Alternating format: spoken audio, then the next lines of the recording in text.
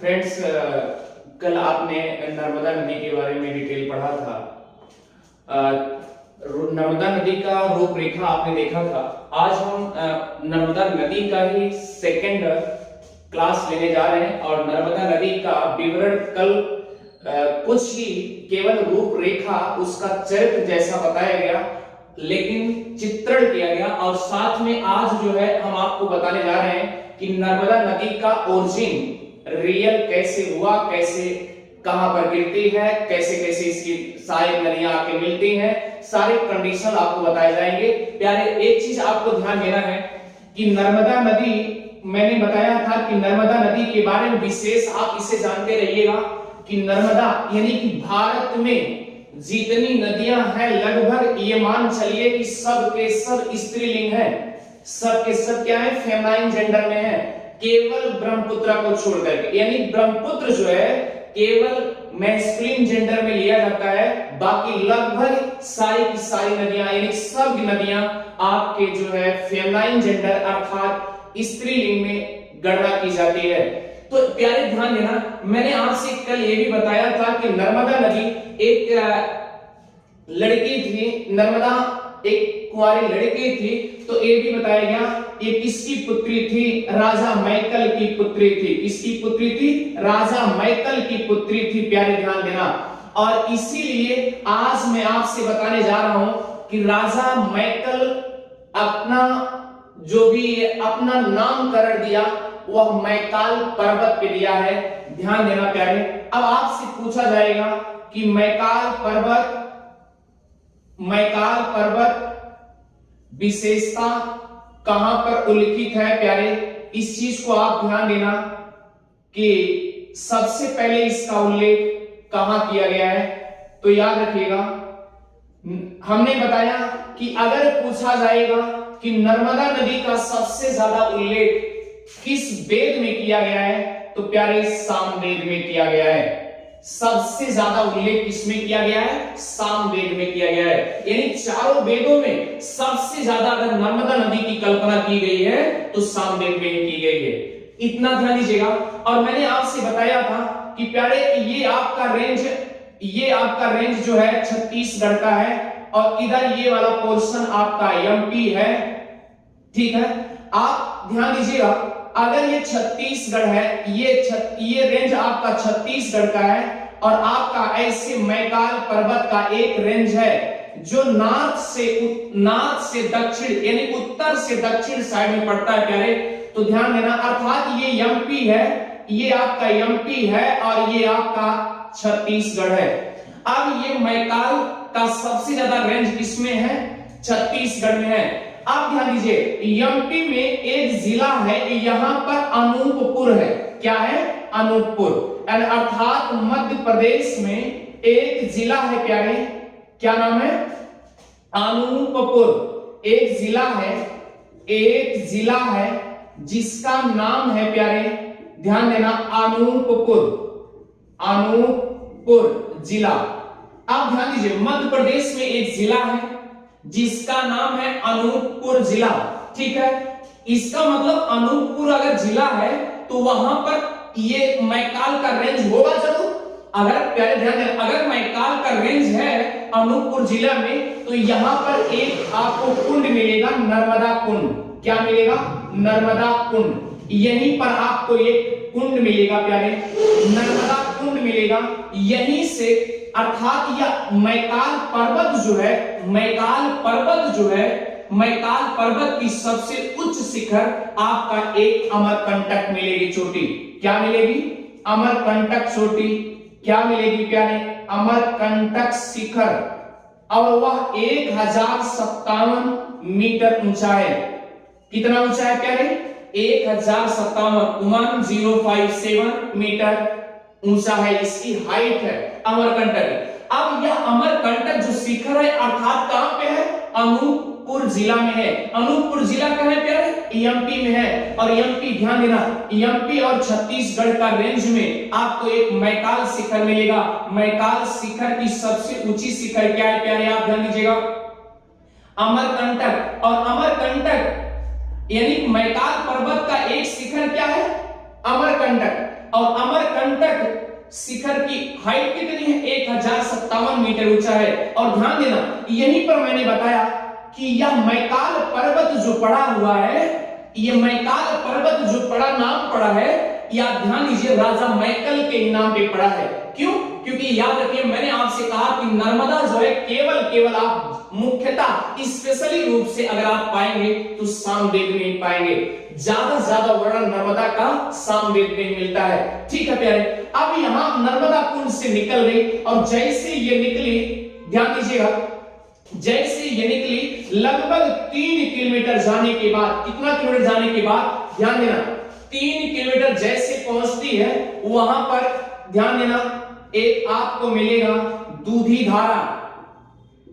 दूधी धारा नाम से एक प्रपात मिलेगा। क्या मिलेगा? प्रपात मिलेगा। और ध्यान देना प्यारे, जैसे ये दूधी धारा प्रपात से मिलेगी और उसके बाद फिर आएगी जबलपुर के पास। ध्यान देना, जबलपुर में यह एक प्रपात बनाती है, एक प्रपात बनाती कहां पे? जबलपुर में। ध्यान देना, जबलपुर में एक प्रपात में बनाती है जो कि लगभग जबलपुर से 80 किलोमीटर दूर पे है। कितने किलोमीटर दूर पे है? 80 किलोमीटर। और ध्यान देना, यह प्रपात लगभग 23 मीटर गर्त में गिरता है, अर्थात यहां का पानी कहां गिरता है? 23 मीटर। और जैसे भैया जबलपुर से ये क्रॉस की, जैसे जबलपुर से क्रॉस की लगभग 9 किलोमीटर आगे जैसे जाएगी, 9 किलोमीटर आगे, वहां पर आपको ध्यान दीजिएगा एक चट्टान मिलेगी, मैग्नीशियम चूना पत्थर मिलेगा। मैग्नीशियम चूना पत्थर उसमें प्रवेश करेगी। अब सोचिए, अगर मैग्नीशियम चूना पत्थर में प्रवेश कर गई तो ध्यान दीजिए यह एक चट्टान की तरह है। तो ध्यान देना प्यारे, अब जैसे यहां से पहुंची और उसके बाद आपको ये, अब ध्यान दीजिएगा यहां ये वाला पोर्शन आपका क्या है? गुजरात है। क्या है?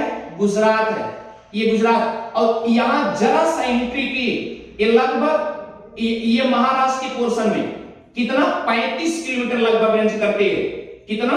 35 किलोमीटर महाराष्ट्र में एंट्री करती है और उसके बाद ये गुजरात में आ जाती है प्यारे। और गुजरात में आने के बाद ये भड़ौच नामक स्थान पे, कहां पे? भड़ौच नामक स्थान पर ये क्या करती है? अपना पानी विलीन कर देती है। अपना पानी विलीन कर देती है। अब आपसे ये ध्यान दीजिएगा कि लगभग ये आप ध्यान देंगे कि सबसे ज्यादा पानी किसको दे रही नर्मदा? तो याद रखना प्यारे, मैंने कल भी बताया था, कल के लेक्चर में बताया था कि अगर आपसे पूछा गया कि नर्मदा सबसे ज्यादा किस राज्य को पानी दे रही है, तो बताया था मैंने कि मध्य प्रदेश। कितना परसेंट? लगभग 87%। कितना परसेंट? 87%। ठीक है, कहीं कहीं आपको किताबों में 85 या 84 भी मिलेगा। ठीक है, इतना देता है। तो ध्यान दीजिएगा 87%। और सबसे ज्यादा कुल मिलाकर हमारा कहने का मकसद ये था कि अगर 87 या 85% अगर ये पानी किसको दे रहा है? एमपी को दे रहा है, इसका मतलब ये क्या होगी? एमपी के लिए क्या होगी? जीवन रेखा होगी। अर्थात इसीलिए एमपी में नर्मदा नदी को जीवन रेखा नदी कही जाती है या रीढ़ वाहिनी नदी कही जाती है। ध्यान देना प्यारे, अब सवाल ये उठता है कि भड़ौच के पास पहुंचता है तो किस खाड़ी में गिराती है? तो याद रखना प्यारे, खंभात की खाड़ी में। किस खाड़ी में? खंभात की खाड़ी में गिराती है। अब इसी तरीके से अपना पानी न्यौछावर कर देती है। अब यहां से लेकर के यहां तक टोटल नर्मदा नदी की लंबाई कितनी प्यारे? तो 1312 किलोमीटर है। ठीक है, अब ध्यान दीजिएगा, अब यहां से यहां तक लगभग 1163 किलोमीटर, यानी उद्गम क्षेत्र से लेकर के गुजरात के बॉर्डर पे 1163 किलोमीटर एक सरदार सरोवर बांध बनाया गया है। सरदार सरोवर बांध, कितना बांध बनाया गया? कौन सा बांध? सरदार सरोवर बांध बनाया गया। और केवल ये, अगर ये सरदार सरोवर बांध बनाया गया तो किसके लिए? तो याद रखना, गुजरात के सिंचित क्षेत्रों के लिए बनाया गया। किसके लिए? सिंचित क्षेत्रों के लिए बनाया गया है। प्यारे ध्यान देना, मैंने आपसे यह भी बता दिया, अगर आपसे कोई पूछे कि क्या नर्मदा नदी एस्चुरी बनाती है? हाँ, एस्चुरी बनाती है, डेल्टा नहीं बनाती, ये एस्चुरी बनाती है। क्या बनाती है? एस्चुरी। ध्यान दीजिएगा, एस्चुरी नदी बनाती है नर्मदा। तो नर्मदा नदी क्या बनाती है? एस्चुरी बनाती है, डेल्टा का काम नहीं करती। क्यों? रीजन ये है कि इसके नॉर्थ में आपको विंध्य पर्वत मिलेगा और इसके नर्मदा के साउदर्न में प्यारे क्या मिलेगा? आपको सतपुड़ा मिलेगा, सतपुड़ा पर्वत। अब आपसे पूछा जा सकता है कि नर्मदा नदी किन दो पर्वतों के बीच से गुजरती है? किन दो पर्वतों के? यानी नॉर्थ में कौन है? विंध्य पर्वत है, और साउदर्न में क्या है? दक्षिण में क्या है? आपको पता है, अभी बताया गया, सतपुड़ा पर्वत है। कौन सा पर्वत है? सतपुड़ा। तो भैया याद रखिएगा, आप ध्यान दीजिएगा, अगर जैसे ये विंध्य पर्वत है और इसके ऊपर जरा से जाएंगे तो आपको विंध्य पठार में मिलेगा, और इसके और ऊपर जाएंगे नॉर्थ में मिलेगा, मालवा का पठार मिलेगा। कौन सा पठार मिलेगा? मालवा का पठार। अब आप इसी तरीके से क्रम में सजाने के लिए पूछा जा सकता है, तो पहले आप क्या बोलोगे? ये मालवा का पठार है, और ये विंध्य पठार है, और ये विंध्य पर्वत है, और उसके बाद नर्मदा नदी है, उसके बाद क्या है? सतपुड़ा पर्वत है, उसके बाद फिर आपकी कौन सी नदी मिलेगी? ताप्ती नदी मिलेगी। फिर ताप्ती नदी से फिर इधर आएंगे, सतमाला पर्वत मिलेगा। इसी तरीके से अनवर इसका सीक्वेंस बना हुआ है। तो हमने आपसे बता दिया कि नर्मदा नदी की लंबाई कितनी है? 1312 किलोमीटर है प्यारे। तो अब देखिए 1312 किलोमीटर है, तो अब उद्गम से 1163 किलोमीटर पर एक सरदार सरोवर बांध बनाया गया, और सरदार सरोवर बांध बनाया गया है। तो अब ये पूछा जा सकता है ये बांध की ऊंचाई कितनी है प्यारे? तो ध्यान देना, 163 मीटर ऊंचा है। अब सरदार सरोवर की बांध की ऊंचाई कितना है? 163 मीटर ऊंचा है प्यारे। तो ध्यान देना, अगर 163 मीटर ऊंचा है तो ये इसलिए बनाया गया, मैंने आपसे बताया कि गुजरात के सिंचित क्षेत्रों के लिए स्पेशल बनाया गया है। अगर ये ध्यान दीजिए। अब दूसरी बात मैंने ये भी बताया कि जबलपुर से जैसे आप पार करेंगे तो आपको मैग्नीशियम और चूना पत्थर जैसे चट्टान मिलेंगे, और अगर ऐसे मिलते हैं तो क्या होगा? अब ध्यान दीजिए, अब ये सरदार सरोवर बांध कहां बनाया गया ये भी ध्यान देना होगा ना, कि ध्यान दीजिए सरदार सरोवर बांध, तो सरदार सरोवर बांध जो बनाया गया है आप लिख के जाइएगा, नवागाम के पास बनाया गया। कहां बनाया गया? नवागाम के पास बनाया गया है, नवागाम के पास बनाया गया, जो कि 1100 यानी उद्गम से 1163 किलोमीटर की दूरी पे है। नवागाम के पास ये आपका सरदार सरोवर बांध बनाया गया करे। तो ध्यान देने योग्य बात है। और एक चीज और ध्यान, एक छोटी सी बात आपको बता रहे हैं कि जबलपुर जब आप पहुंचते हैं ना, जबलपुर में आपको एक बरगी नामक बांध बनाया गया। छोटा बांध है, बहुत छोटा बांध है। कौन सा बांध है? बरगी। यानी कि जबलपुर में, जबलपुर के एकदम जस्ट पास आपको बरगी नामक बांध मिलेगा। बरगी नामक बांध मिलेगा। कौन सा बांध? कौन सा डैम मिलेगा? बरगी नामक बांध मिलेगा। तो ध्यान देने योग्य बात है कि अब ये अगर पूछा जाए कि बरगी बांध किस नदी पे है, तो ध्यान दीजिएगा जबलपुर के पास है, एमपी में। कहां है? एमपी में। अच्छा ठीक है, एक बार सरसरीगा में आप रिवाइज कर लीजिएगा। जैसे अब अगर आपसे पूछा जाए कि नर्मदा नदी की कुल लंबाई कितनी है, तो 1312 किलोमीटर। ठीक है। अच्छा, अब नर्मदा नदी का सबसे ज्यादा वर्णन कहां पे किया गया है? तो सामवेद में किया गया। और अगर आपसे यह भी पूछ लिया जाए कि नर्मदा नदी का साहित्यिक उल्लेख सबसे पहले कहां मिलता है प्यारे, तो याद रखना नर्मदा नदी का साहित्यिक उल्लेख सबसे पहले कहां मिलता है प्यारे?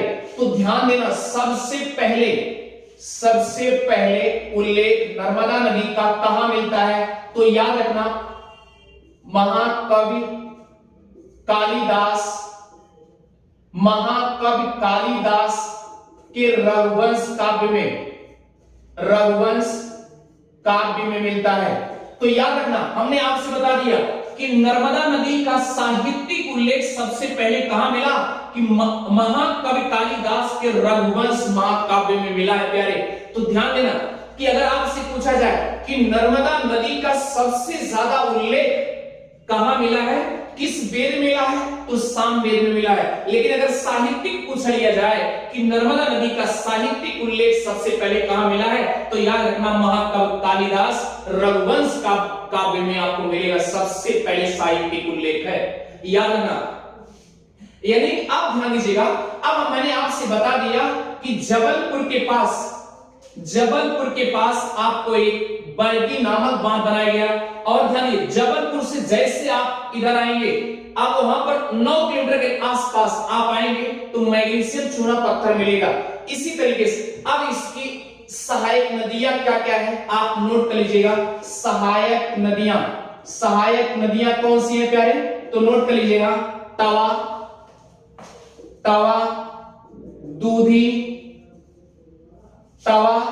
दूधी, ठीक है, हिरन, ठीक है प्यारे।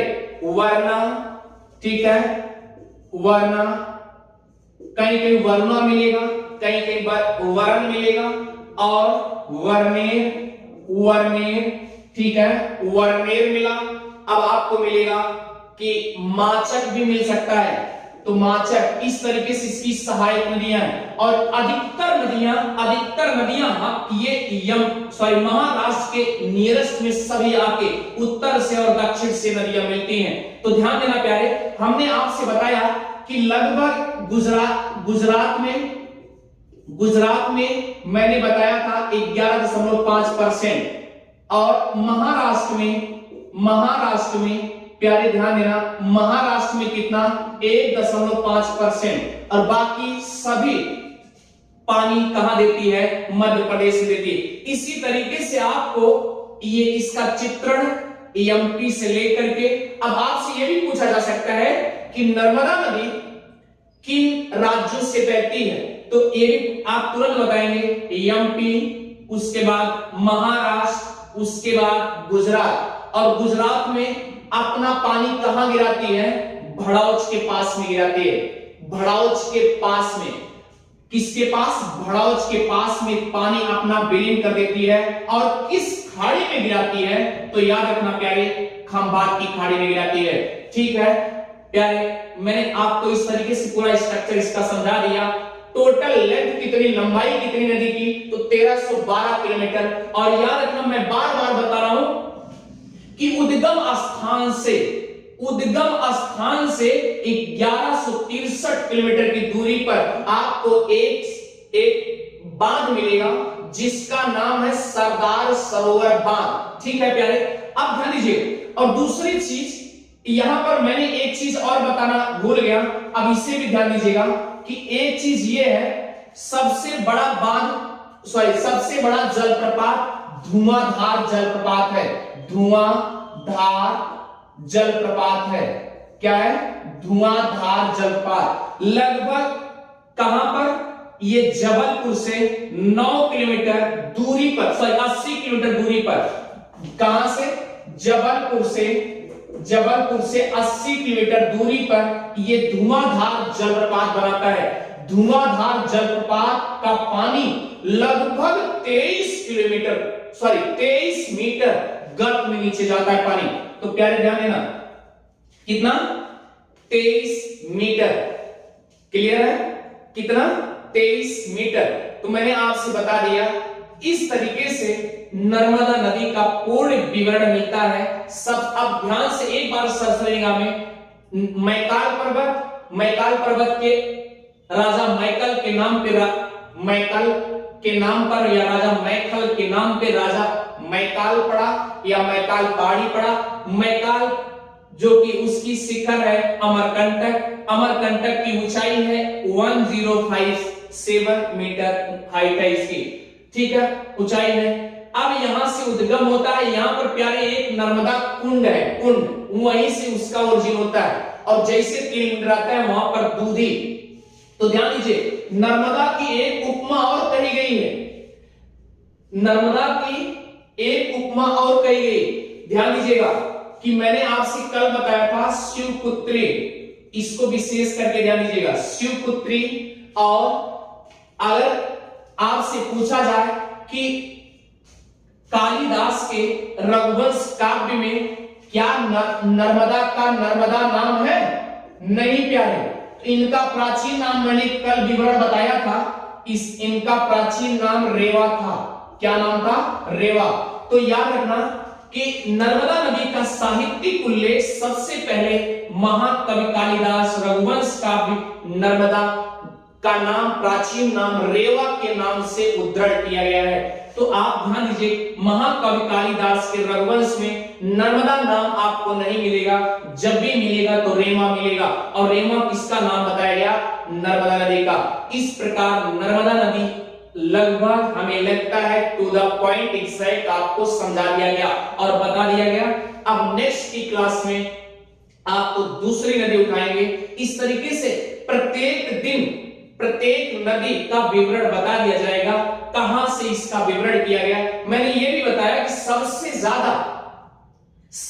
ज्यादा नर्मदा नदी सामवेद में किया गया प्यारे।